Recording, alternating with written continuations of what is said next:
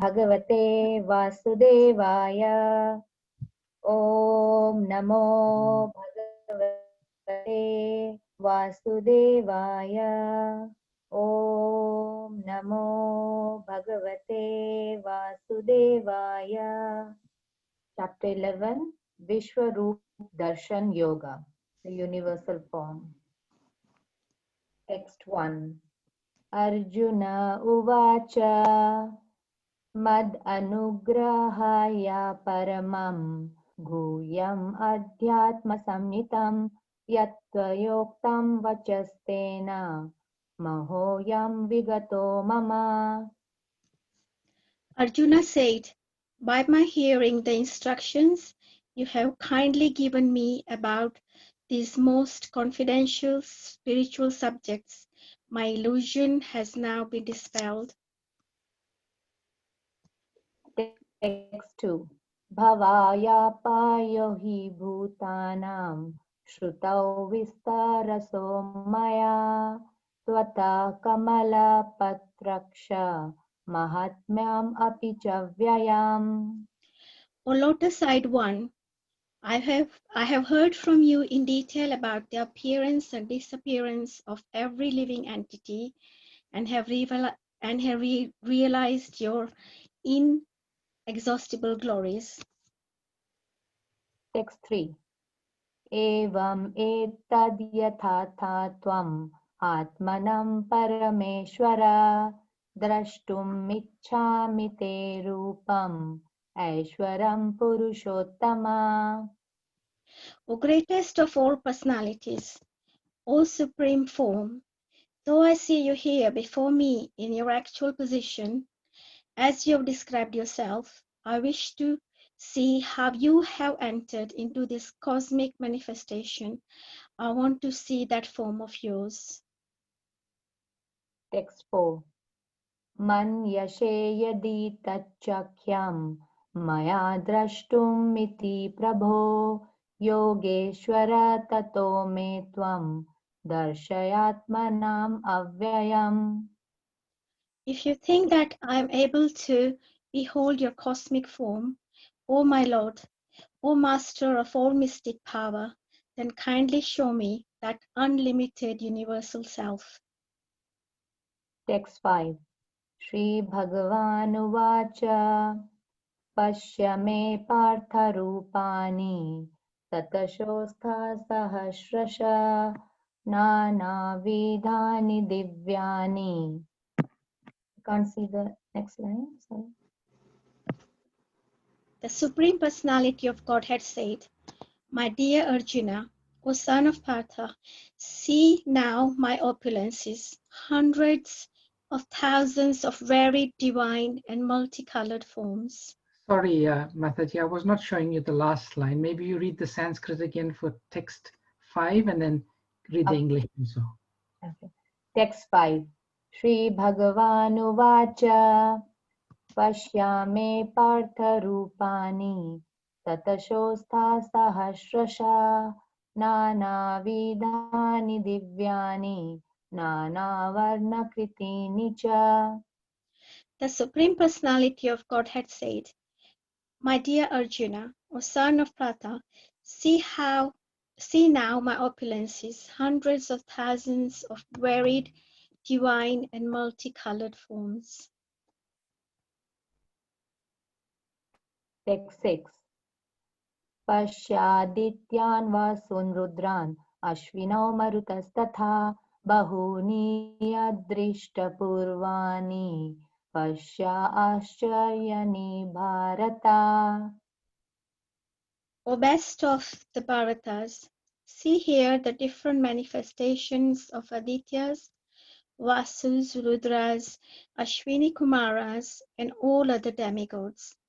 Behold the many wonderful things which no one has ever seen or heard before of. Text 7. Ihaikastham Jagat Krishnam Pashyadasa Characharam Mamadehe Gudakesha Yachanya Drashtumichhashi. O Arjuna, whatever you wish to see, behold at once in this body of mine. This universal form can now show you whatever you now desire to see and whatever you may want to see in future. Everything, moving and non-moving, is here completely in one place. Text 8. Na tu mam sakyashe drashtum anenaiva swachakshusha divyam dadami te chakshu pashya me yogameshwaram. But you cannot see me with your present eyes. Therefore, I give you divine eyes. Behold my mystic opulence. Text 9. Sanjay uvacha evam uktva tato rajan mahayegeshwara hari darshayam asha parthaya paramam rupameshwaram.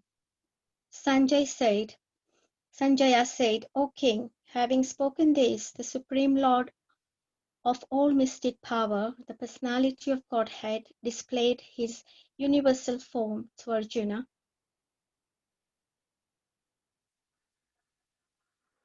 Text 10 to 11. Anekavaktra nayanam, anek adbhuta darshanam, anekadivyabharanam, divya anekodyatyodham, दिव्यामलियम्बरधारं दिव्यागन्धानुलेपनं सर्वाश्चर्यमयं देवम् अनन्तं विश्वतोमुखम्. Arjuna saw in that universal form unlimited mouths, unlimited eyes, unlimited wonderful visions. The form was decorated with many celestial ornaments and bore many divine, unpraised weapons. He wore celestial garlands and garments, and many divine scents were smeared over his body. All was wondrous, brilliant, unlimited, all-expanding. Text 12. Divi Surya Sahasrasya Bhaved Yugapad Utthita Yadi Bhasadrisha Sasyad Bhashastasya Mahatmana. If hundreds of thousands of suns were to rise at once into the sky, their radiance might resemble the effulgence of the Supreme Person in that universal form. Text 13. Tatrekastham Jagat Krishnam Prabhibhaktam Anekadha Apashyad Deva Devasya Sharire Pandavastada. At that time, Arjuna could see in the universal form of the Lord the unlimited expansions of the universe, situated in one place, although divided into many, many thousands. Text 14. Tata sa vishmayo visto Rishtaroma Dhananjaya Pranamya Shirasha Devam Kritanjalira Bhashata. Then, bewildered and astonished, his hair standing on end, Arjuna bowed his head to offer his obeisances and with folded hands began to pray to the Supreme Lord. Text 15. Arjuna Uvacha Pashyami Devam Stava Deva Dehe Sarvam Statha Bhuta Vishesha Sanghan Brahmanam Misham Kamalashanastham Rishims Sarvanuragams Divyan. Arjuna said, My dear Lord Krishna, I see assembled in your body all the demigods and various other living entities. I see Brahma sitting on the lotus flower, as well as Lord Shiva and all the sages and divine serpents. Text 16. Aneka Bahudara Vaktra Netram पश्यामि त्वं सर्वतो अनन्तरूपम् अनन्तनामध्यन पुनस्तवादिं पश्यामि विश्वेश्वर विश्वरूप. O Lord of the universe, O universal form, I see in your body many, many arms, beliefs, mouths, and eyes expanded everywhere without limit. I see in you no end, no middle, and no beginning. Text 17. Kiritinam gadinam chakrinam cha tejo rashim sarvato diptimantam pashyami tvam duniriksham samantad diptanalarkadyutim aprameyam. Your form is difficult to see because of its glaring effulgence, spreading on all sides like blazing fire or the immeasurable radiance of the sun. Yet I see this glowing form everywhere, adorned with various crowns, clubs, and discs. Text 18. Tvam aksharam paramam vividyavayam Tvamasya vishwasya paramanidhanam Tvam avvaya shashvata dharmagopta Sanatanas tvam purushomato me. You are the supreme primal objective. You are the ultimate resting place of all this universe. You are inexhaustible, and you are the oldest. You are the maintainer of the eternal religion, the personality of Godhead. This is my opinion. Text 19. Anadimadhyantam anantaviryam anantabahum shashisuryanetram Pashyami tvam diptihutashavaktram swatejasha viswamidam tapantam. You are without origin, middle, or end. Your glory is unlimited. You have numberless arms, and the sun and moon are your eyes. I see you with blazing fire coming forth from your mouth, burning this entire universe by your own radiance. Text 20. Dhyava prithivyoridhamantaram hi vyaptam tvayikena dishascha sarva drishtadbhutam rupamurgantavedam lokatrayam praviyatitam mahatman. Although you are one, you spread throughout the sky and the planets and all the space in between. O Great One, seeing this wondrous and terrible form, all the planetary systems are perturbed. Text 21. Amihi tvam surya sangha vishanti kechid bhita pranjalayo grinati swastiti uktva maharishi siddha sangha tuvanti tvam stubhihi pukshalabhi. All the hosts of demigods are surrendering before you and entering into you. Some of them, very much afraid, are offering prayers with folded hands. Hosts of great sages and perfected beings crying, "All peace," are praying to you by singing the Vedic hymns. Text 22. Rudraditya vasavo yacha sadhya Vishwasvinau marutas pascha Gandharva yaksha surasiddha sangha Vikshante tvam vismitaschaiva sarve. All the various manifestations of Lord Shiva, the Adityas, the Vasus, the Satyas, the Vivas Devas, the two Asvis, the Maruts, the forefathers, the Gandharvas, the Yakshas, the Asuras, and the perfected demigods are beholding you in wonder. Text 23. Rupam mahate bahuvaktra netram mahabaho bahurupadam bahudaram bahu damstra karalam drishtva loka pravititas tathaham. O mighty armed one, all the planets with their demigods are disturbed at seeing your great form, with its many faces, eyes, arms, thighs, legs, and bellies, and your many terrible teeth. And as they are disturbed, so am I.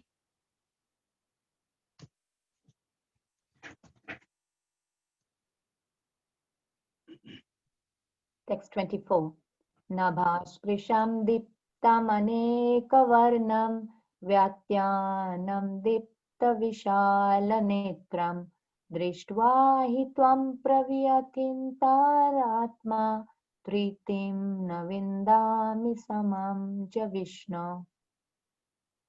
O all-pervading Vishnu, seeing you with your many radiant colors touching the sky, your gaping mouths, and your great glowing eyes, my mind is perturbed by fear. I can no longer maintain my steadiness or equilibrium of mind. Text 25. Damstra karalani chate mukhani दृष्ट्वैव कलानलसन्निभानि दिशो न जाने न लभे च शर्मा प्रसीद Devesh जगन्निवासा. O Lord of Lords, O refuge of the worlds, please be gracious to me. I cannot keep my balance seeing thus your blazing death-like faces and awful teeth. In all directions I am bewildered. Text 26 to 27. Ame च त्वं धृतराष्ट्रस्य पुत्र सर्वे सहैवानिपला सङ्घे भीष्मो द्रोणासुतपुत्रस्तथाश्रौ सहाश्मदिव्यैरपि योद्धमुखे वक्त्राणि ते त्वरमानविशन्ति दंष्ट्रा करालैर्नि भयानकानि. All the sons of Dhritarashtra, along with their allied kings, and Bhisma, Drona, Karna, and all chief soldiers also, are rushing into your fearful mouths. And some I see trapped, with the heads smashed between your teeth. Thank you. Hare Hare Krishna. Krishna, Hare Krishna. Hare Krishna. Thank you so much, Rupa Mataji. That Sanskrit, your Sanskrit recitation was beautiful. Very Thank you. nice. Hare Krishna. Very nice. Thank you. And Shobhana Mataji, your English recitation was also very sweet and pleasing to hear. Thank you. So much.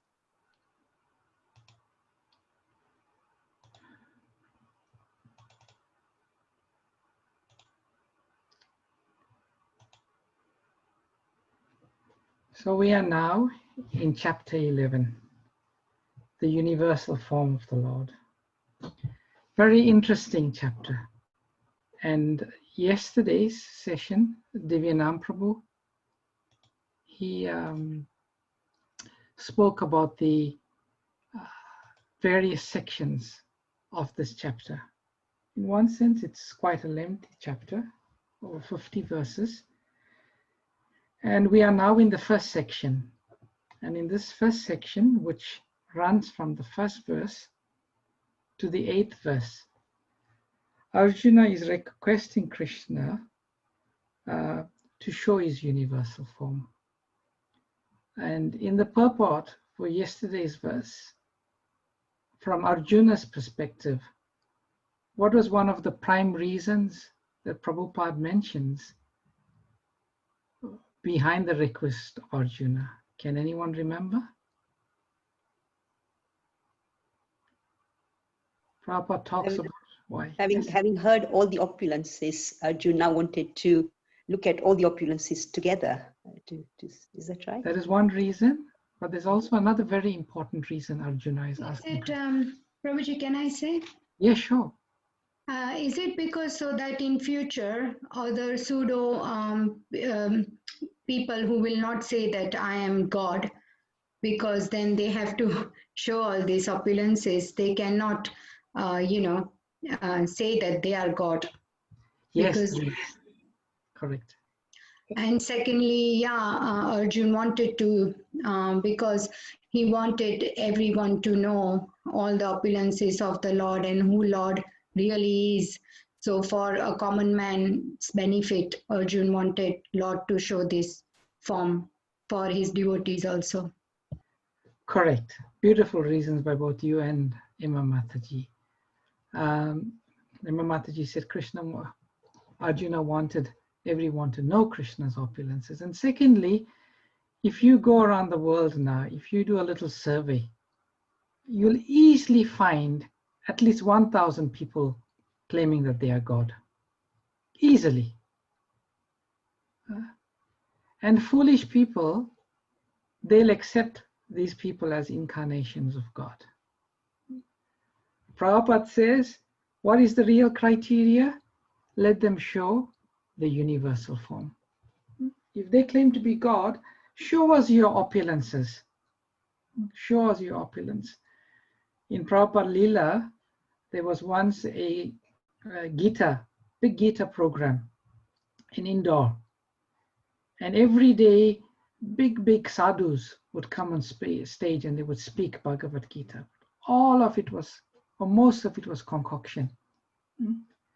Once Swamiji came on stage and he was declaring very strongly, I am Brahman. But 2 minutes later, the toothache that he was experiencing became so unbearable that he ran off stage.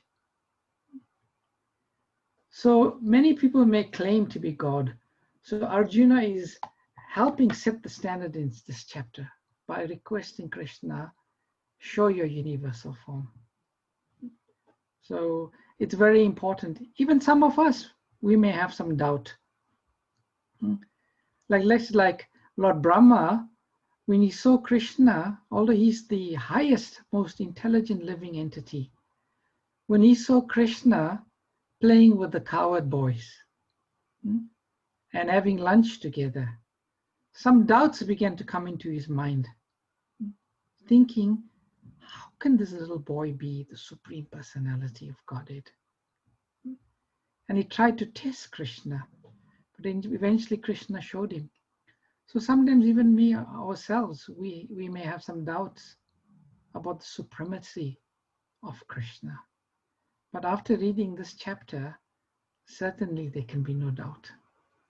But in one sense, as we'll read and we'll discuss, it also invokes a mood that we may not really want to go deeper and more intimate with Krishna. So all of you will come out very nicely in this wonderful chapter. And the conclusion of this chapter is in itself one of the best. So wonderful chapter we're going to go through. So today, we're doing text number 2. And as we said, this is part of Arjuna's request for Krishna to show his universal form. Bhavapyayo hi bhutanam shruto vishtaraso maya tatvata kamala patraksha mahatmyam apichavyayam. The translation of this verse: O lotus-eyed one, I have heard from you in detail about the appearance and disappearance of every living entity, and have realized your inexhaustible glories. Mitali Mataji, would you like to read the purport for us? Yes, Prabhuji, sure.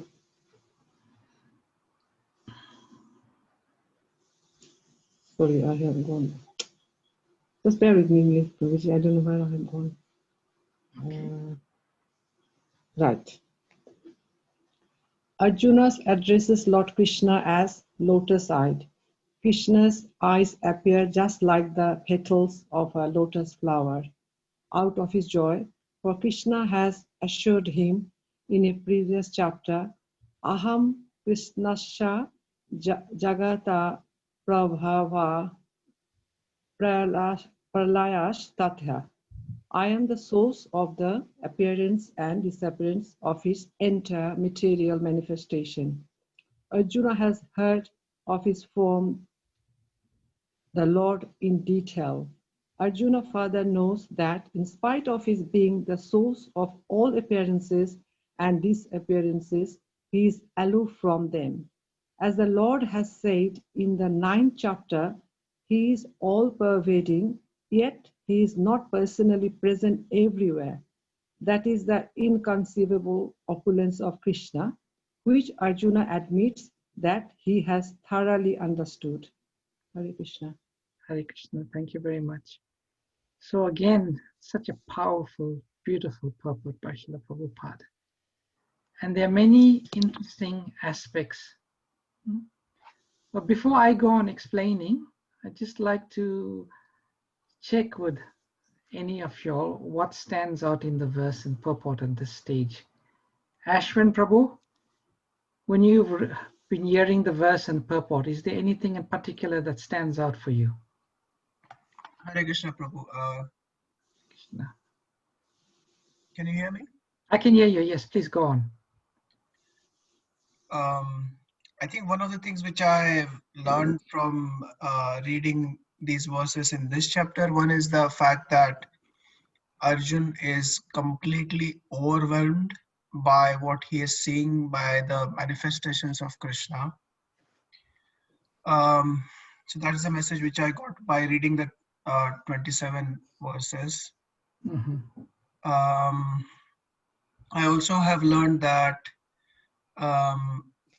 Arjuna is a very good student. So whatever Krishna has been speaking in the last 10 chapters, Arjuna has really understood what Krishna has taught him. Mm-hmm. But his desire to learn about more and more about Krishna is, he's very hungry to learn more and more about Krishna. Mm-hmm. So this is what I have understood Okay, so far. thank Is you. that what you asked? Yes, that's very insightful. Thank you for sharing that. Thank you for sharing that. So we'll now try to go through some of the verses. For me, what really stood out in the verse, really stood out quite strongly, was the word Kamala, Prajaksha. And we've seen Prabhupada translated Kamala, Prajaksha as O lotus-eyed one. Now, if you examine the verses of the Bhagavad Gita, such a description, such an intimate description of Krishna or name for Krishna or reference to Krishna is not that common. There's many names that Arjuna calls Krishna, O Madhusudana, O Keshava, and so on. But here he's using a very intimate word, Kamala Prajaksha, or lotus-eyed one. And this is a very intimate reference, to Krishna, explaining, and Kamala, all of us know, is lotus. So this Kamala, lotus, is commonly used. Let me mute everyone because I see there is some background noise coming. Okay, it's a bit distracting for me. So Kamala Pratyaksha. So this lotus description of Krishna in terms of a lotus, it's a metaphor. And of all of the flowers, the lotus is considered to be, one of the more exquisite flowers. One of the most exquisite flowers. So it's very difficult to compare Krishna's beauty to anything. But sometimes when we use a metaphor, something that's outstanding in the material world, it gives us some understanding. In the 4th canto, 30th chapter, text 25, there's a beautiful verse sung by the Prachetas, describing the Lord. And there they sing, or they say, Namaha Kamala Nabhaya, Namaha Kamala Maline, Namaha Kamala Padhaya, and Namaste Kamalekshana. My dear Lord, we offer our respectful obeisances unto you, because from your abdomen sprouts the lotus flower, the origin of all living entities.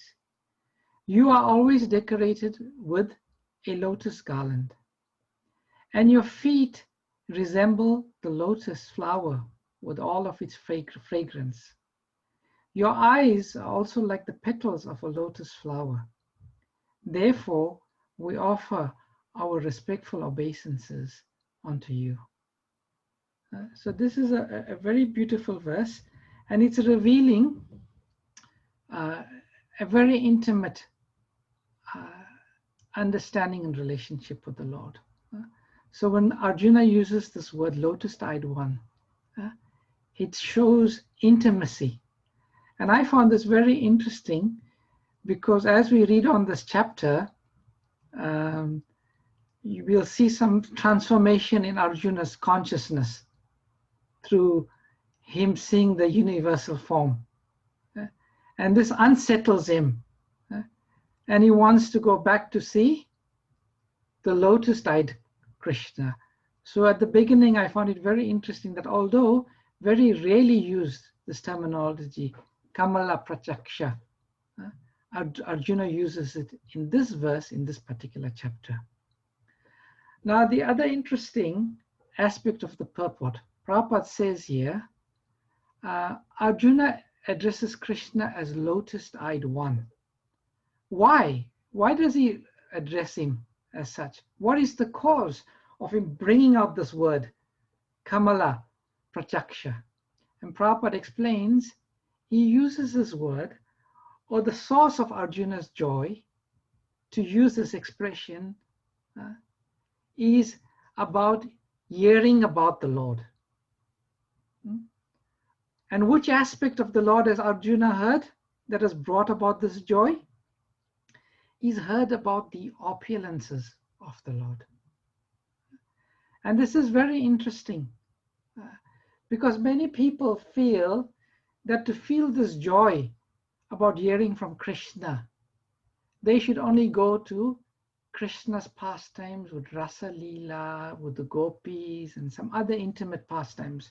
They don't see the need to hear Bhagavad Gita, to hear about Krishna's opulences. And Prabhupada, in one purport to the 53rd verse, 7th chapter of the 2nd canto, he writes, topics like the Rasa Leela are meant for the liberated souls and not for the conditioned souls. The conditioned souls therefore must hear with appreciation and devotion the Lord's pastimes in relationship with the external energy. And such acts are as good as hearing of the Rasa Leela in the liberated stage. So dear devotees, don't feel that now we are reading about Krishna's opulences in the 10th chapter, reading about Krishna's opulences in the 11th chapter. This is any lower than reading about Rasa Leela, like many people mistakenly think. Arjuna is showing here, he's explained here, he's expressing Kamala Pratyaksha because he's felt so much of joy about hearing about the opulences of the Lord. And Prabhupada refers in particular to one opulence, and that is from the 7th chapter. All created beings have their source in these two natures. of all that is material and all that is spiritual in this world, know for certain that I am the origin. I am both the origin and the dissolution. So Arjuna is getting joy simply by thinking of this verse. That Krishna says that he is the source of everything material and spiritual. And this is again very significant, that Arjuna can get this joy from hearing about this aspect of the Lord. Furthermore, Prabhupada says in the purport that Arjuna further knows that in spite of his being the source of appearance and disappearance, he is aloof from them. Now, this is also very interesting what Prabhupada says, because Arjuna is now standing in front of Krishna, and he is seeing Krishna as his friend. He's seeing Krishna as a person. But Krishna is saying that although he is the source of everything, he is still aloof from them. We heard previously Krishna describe this. So Arjuna is thinking, it's just like if someone says, I am all pervading. You may start to think, who is this person then? But when Krishna says, but still I am aloof from them, Arjuna says, yes, Krishna, my friend, is still a person. He does not lose his individuality. And this causes Arjuna to feel extreme joy that my friend Krishna is so great. He is the source of everything material and spiritual. And he is the source of everything, but still he is aloof from them. And that results in Prabhupada writing that this is the inconceivable opulence of Krishna, which Arjuna admits that he has thoroughly understood. Prabhupada is saying, Arjuna has thoroughly understood. Meaning that although Krishna has explained these opulences in so many ways, Arjuna could reconcile all of these various aspects. That Krishna is all-pervading and is individual. That he is the source of everything, but he is still aloof from it. And Prabhupada says, Arjuna thoroughly understood this. And thoroughly understood in Sanskrit, there are two words, Gyan and Vigyan. Gyan means knowledge, and Vigyan means realized knowledge. That is the thorough understanding one as Vijnana, realized knowledge. And Arjuna had that knowledge. He had moved beyond the theory. Like many of us, we've been reading, we may have some theoretical understanding of what we've been reading. But there will hopefully come a time when what we have read and what we have heard, it becomes realized knowledge. And when that knowledge moves from theoretical to realized, then one's consciousness moves to a completely different level. So that raises an interesting question. How does such understanding come? Thorough understanding. What is the cause of moving from theoretical knowledge to realized knowledge? Before I discuss this further, I'd like to get some of your views and understanding. Would anyone like to give their realizations of how one moves from theoretical to realized knowledge?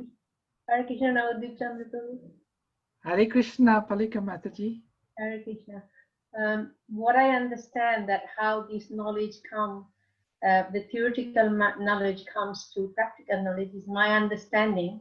Like when you do practical in the science laboratory, we know the hydrogen and oxygen makes 1 part of hydrogen, 2 parts of oxygen makes water. And when we actually combine it with the hydrogen in the lab, we can see the form of water, drop of water. Similarly, when we practice our Krishna conscious, to the way Srila Prabhupada has taught us, also by Guru's instruction. And we feel the difference between the theoretical knowledge and actually the practical knowledge which we realize. And we see that it works, and it connects us with Krishna. And through this understanding, I feel that I'm not self-realized person, but what I can understand, what I have practiced myself, I see there's so much difference in me before I came to Krishna consciousness and what I am now.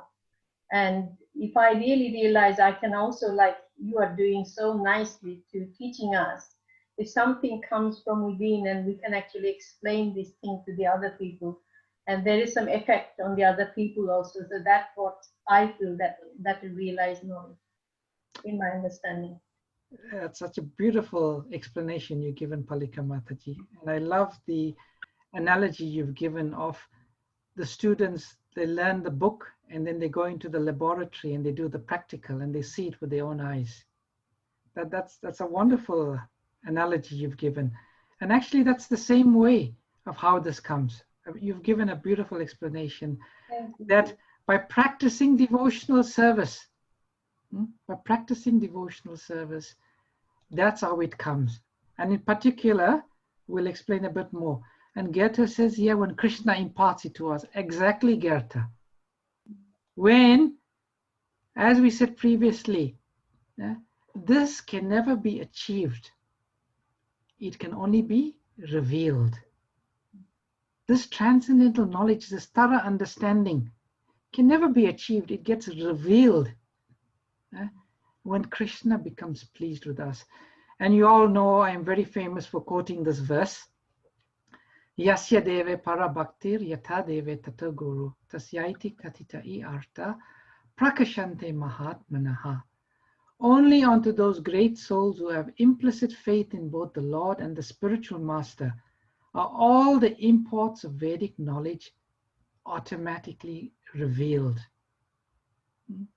When one develops this implicit faith in both not only the Lord, the spiritual master, and the Lord's devotees, then Krishna feels, this soul is ready for me to reveal, and Krishna reveals that knowledge. And the word here used is implicit faith. Implicit faith. So the next question may arise, how can I develop such implicit faith? Someone may say by reading and studying Bhagavad Gita. Yes, but more importantly, by doing it in the association of devotees. As Prabhupada explained in one room conversation to some Indian guests in London, 1973, in July 11th, Prabhupada says, that faith becomes stronger by association. By association of devotees, the faith becomes stronger. And the more your faith becomes stronger, you make progress. This is the way. Progress means the same faith becoming stronger, stronger, strongest. The same faith. The principle is the same Krishna. Then you know more about Krishna. Then you become more faithful. It's self-propagating. You have some faith in Krishna. It becomes stronger in the association. It becomes stronger, more gets revealed to you. More gets revealed, you become stronger. And Prabhupada says you become stronger, stronger, stronger. And that's the whole process from Shraddha to Prema. In one sense, it's just a development, or it's a state of condensing, more condensed faith. So always keep the association of devotees. Serve devotees. Hear from devotees. Inquire from devotees. And thus our faith will become stronger and stronger till one day this knowledge will become thoroughly understood. As Srila Bhaktivinoda Thakur writes in his book Bhakti Aloka, faith in the devotional service of Lord Krishna is achieved as a result of many lifetimes of pious activities. Pious activities means you come to the association of devotees. So there is no doubt that the devotees' activities are pure. From faith, the desire to associate with devotees naturally arises. So Bhaktivinoda Thakur says, even therefore we say, Ado Shraddha, Tato Sadhu Sangha. The first eligibility for devotional service is this Shraddha, this faith. And when I have little faith, one thinks, let me associate with devotees. Like most of the devotees on this forum, most of us, if we trace our life, at some point, some faith developed in our hearts where we thought, let me inquire more. And we can then inquire from many other sources. But we thought, these devotees of Krishna, let me inquire from them. Let me inquire from Srila Prabhupada. And by associating with devotees, everything is achieved. And this glories of the Sadhu Sangha is explained by the Lord himself in the Adi Purana, where Lord Krishna told Arjuna, those who are my direct devotees are actually not my devotees, but those who are the devotees of my servant are factually my devotees. This is a wonderful statement by the Lord himself. The Lord does not consider those who would claim to be directly his devotees to be devotees. Only those are the devotees of his devotees does he consider. And it's only those souls that he reveals this transcendental knowledge. So we've gone a bit over. Sorry about that. I'll take any questions, comments, or reflections that any of you may have. Prabhuji, Hare Yes. Krishna, Prabhuji. Hare Krishna, Santosh Mataji. I'd like to ask you a question, please. I read earlier on the statement where Arjuna admits that he thoroughly understood Krishna's opulence and its inconceivable opulence. So my question is this: if Arjuna knows so much about Krishna, why did he ask Krishna to reveal his universal form? Yes, very good question. And we discussed that part of it. And Prabhupada says there's a few reasons. The main reason Prabhupada gives in the purport because he wanted to reveal Krishna's divinity. So no one can ever have any doubt about Krishna's divinity.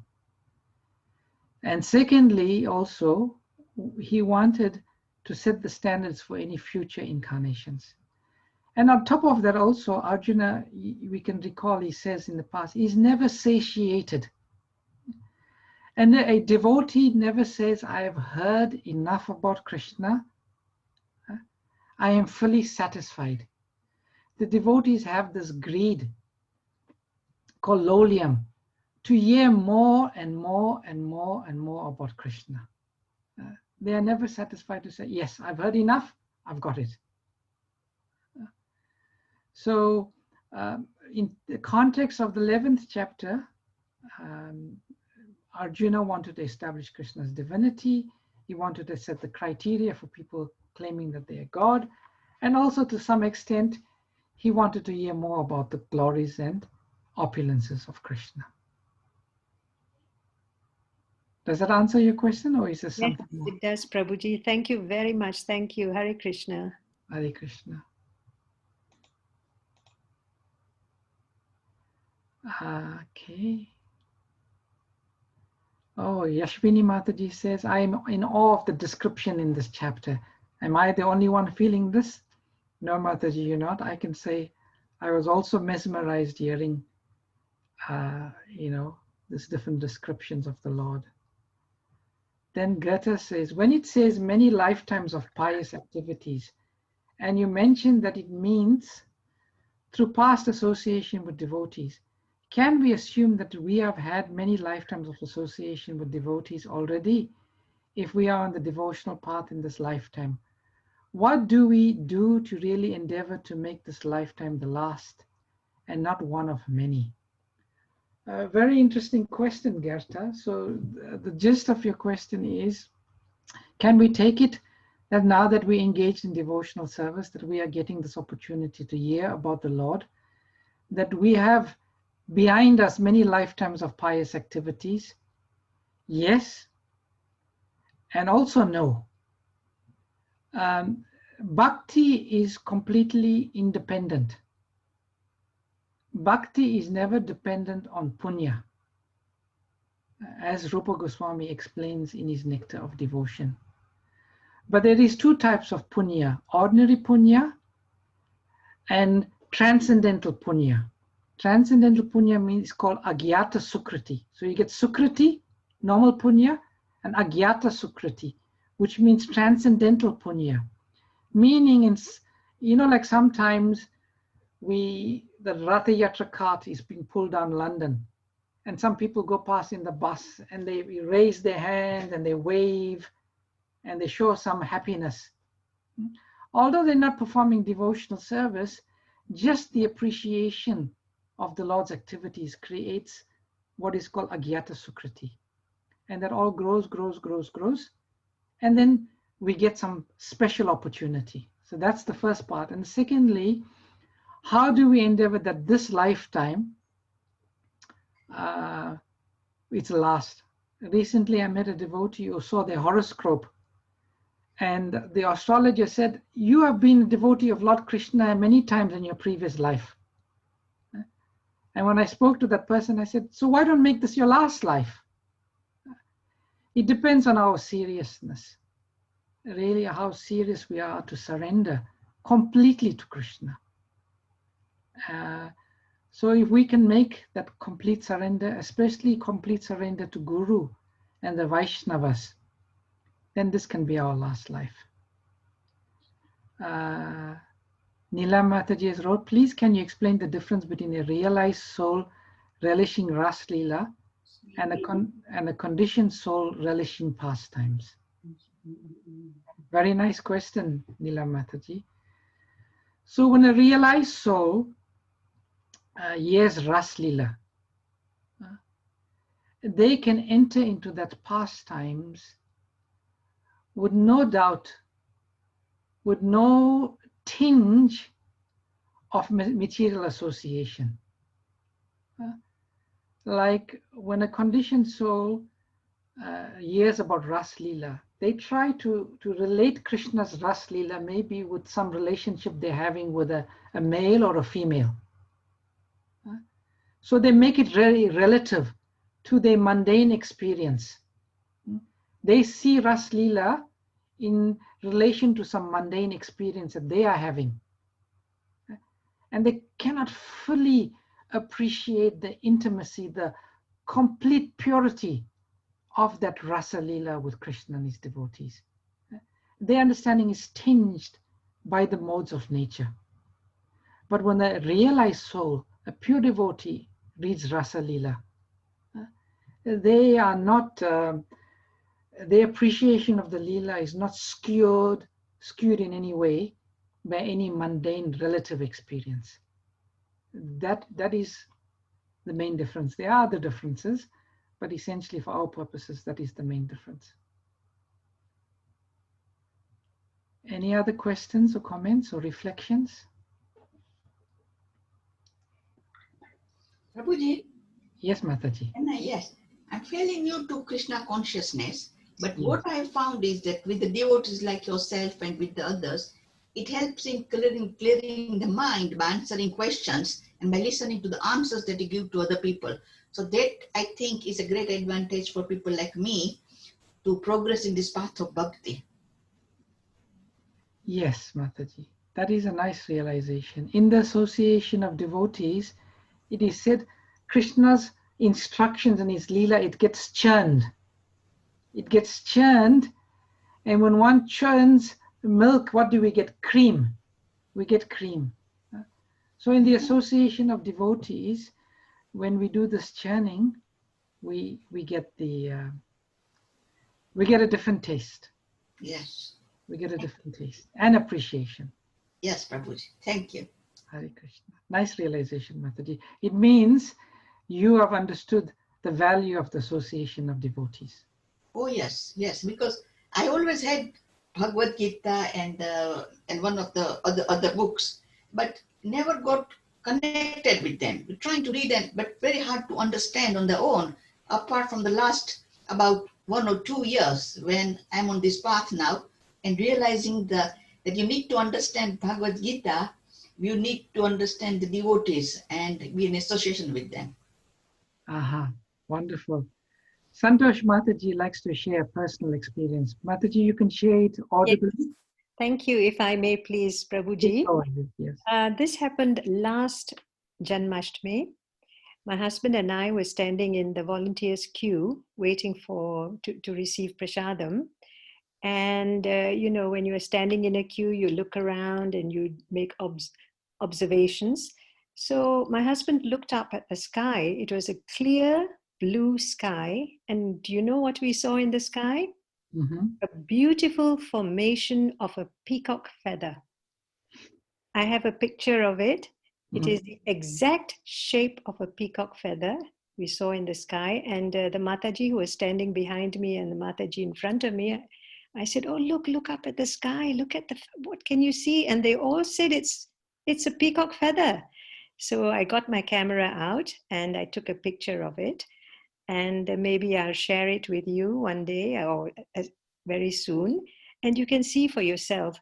So Prabhuji, isn't that tangible evidence that Krishna was trying to tell me or whoever saw the feather in the sky that he was with us at that time on that day? Mm-hmm. Yes, everything is part of Krishna's energy, and he can reveal himself to others, to us, through his energy. So certainly, yes, Krishna reveals himself. Yes, you know, and our hair stood on end because the sky was clear apart from this one formation. That's amazing. You can share. I think there's a facility called File at the bottom of the chat window, and you can share on a file your picture maybe one day. Sure. Mm-hmm. Thank you. Any other comments? Hare Krishna, Prabhuji. Hare Prabhuji, Krishna, Prabhuji, there is one question in the chat you missed. Which question is that? Let me see. From Jyoti Mataji. Oh, Jyoti Mataji. Oh, sorry, Jyoti Mataji. So, Prabhuji, where can I find a guru devotee for me to learn from, initiate and follow and make this birth as my last? Please help, a pure devotee. How and where can I find one? Oh, such a nice question, Jyoti Mataji. My response would be, you keep the strong desire to have a guru, to meet a pure devotee, and to get initiation from devotee from the Lord in your heart. And Krishna, observing this sincere desire in your heart, he will lead you to that devotee you are seeking, without doubt. Without doubt. But at the same time, you also do not, he says Krishna helps those who help themselves. Krishna may want to show you, but you must be at the right place so he can show you. Yeah, so it means you have to be in the association of devotees, hear from senior devotees, hear from the pure devotees, and one day there'll be one pure devotee you hear from. And when they speak, there's something about what they say that really awakens your consciousness and your bhakti. And that's how you will know. There'll be many pure devotees speak, many inspire you, but there will be one that will inspire you in a very particular way. And you will know, this is my guru. Thank you, Prabhuji. Hare Krishna. Thank you so much. Hare Krishna. Hare Krishna. Yes, Palika Mataji, please go on. Go ahead. Yes, just have my personal experience, which I had. I know it's very confidential, but because people are asking, what happened at the beginning, I was very much aspiring for Bhakti Charu Maharaj. And somehow, I used to always go on Sunday classes every day, without fail, I would go Sunday classes. And that time, Shivram Maharaj was there in the temple. I had some inclination for him also. So after class, Maharaj was towards the temple next to the deity, and I was on the opposite side, near Srila Prabhupada. And as Maharaj turned around towards Srila Prabhupada, and I was just, putting my head up after bowing down, and I just felt Shivram Maharaj just looked at my heart, and I felt those electric current from Maharaj to my heart, and I felt I was kind of overwhelmed, and my tears from my eyes just started rolling down, and I just felt he's my guru. And I just because my mentor was outside, and I just went outside and I started crying, and I said, he's my guru. You know, I just felt he looked into my heart. You know, like many people explain. Hare Krishna. What happened? I'm here. Okay, we lost you, Palika Mataji. All right, something happened, I don't know. I'm conscious that we've gone well over time. That was a beautiful practical realization from Palika Mataji. It was just wonderful. It was just, this is Thank how you. guru comes in your life. Thank you for sharing that personal life example. That is wonderful. Thank you so much, Palika Mataji. It just shows the point we were making again. All right, everyone. I'm conscious of time. I like to keep to time. We've gone a bit over. Thank you so much for your participation, your contribution, and your wonderful association. So we'll meet again tomorrow. Thank you very much. All glories to Srila Prabhupada. Thank you, Prabhu. Thank you, Prabhuji. Prabhuji, Hare Krishna. Thank you, everybody. Hare Krishna, everyone. Thank you. Hare Krishna. Hare Krishna.